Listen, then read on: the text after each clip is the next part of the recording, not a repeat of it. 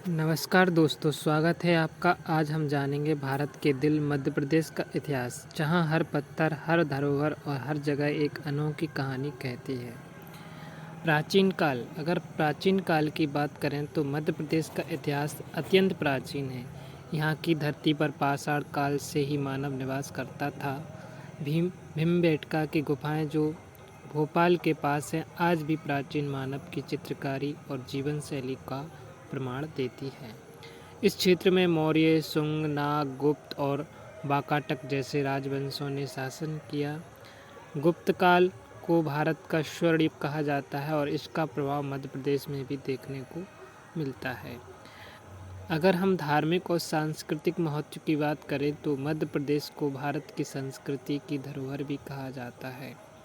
उज्जैन प्राचीन समय से ही शिक्षा और धर्म का प्रमुख केंद्र रहा है। यहाँ महाकालेश्वर ज्योतिर्लिंग स्थित हैं, जो 12 ज्योतिर्लिंगों में से एक है।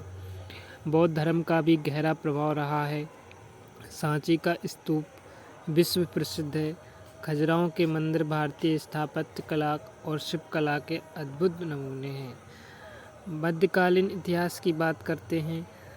अगर हम मध्यकालीन इतिहास की बात करें तो 10वीं से 12वीं शताब्दी तक यहाँ चंदेल, परमार और गौड़ राजाओं का शासन रहा। धार नगर परमार वंश की राजधानी थी और राजा भोज जैसे महान शासक ने यहाँ राज किया। बाद में यह क्षेत्र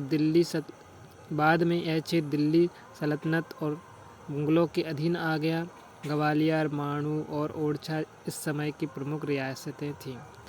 माणू के बाज बहादुर और रूपमती की प्रेम कहानी आज भी लोगों को आकर्षित करती है। आधुनिक काल की बात करते हैं। आधुनिक काल में 18वीं शताब्दी में यह मराठों का प्रभुत्व बढ़ा। ग्वालियर में सिंधिया, इंदौर में होलकर, भोपाल में नवाब और नागपुर में भोसले जैसे राजघराने शासन करते रहे। 1818 की अंग्रेजों से हुई तीसरी आंग्ल मराठा युद्ध के बाद मध्य प्रदेश का बड़ा भाग ब्रिटिश शासन के अधीन आ गया। स्वतंत्रता संग्राम में मध्य प्रदेश ने भी महत्वपूर्ण योगदान दिया। टाटिया भील आदिवासी क्रांतिकारी थे। झांसी की रानी महालक्ष्मीबाई। झांसी का बड़ा हिस्सा बुंदेलखंड और वर्तमान एमपी में था। भीमराव अंबेडकर महू, इंदौर में जन्मे जैसे नेताओं ने इतिहास को बदलने में योगदान दिया। स्वतंत्रता के बाद और राज्य का गठन। स्वतंत्रता के बाद 15 अगस्त 1947 को भारत स्वतंत्र हुआ। स्वतंत्रता के बाद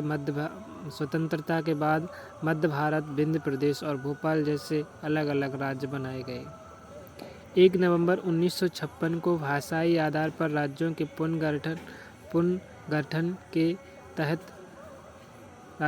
पुनर्गठन के तहत मध्य प्रदेश, विंध्य प्रदेश और भोपाल को मिलाकर नया राज्य मध्य प्रदेश बना। 2000 में छत्तीसगढ़ को अलग कर दिया गया और वर्तमान मध्य प्रदेश अस्तित्व में आया। आज का मध्य प्रदेश।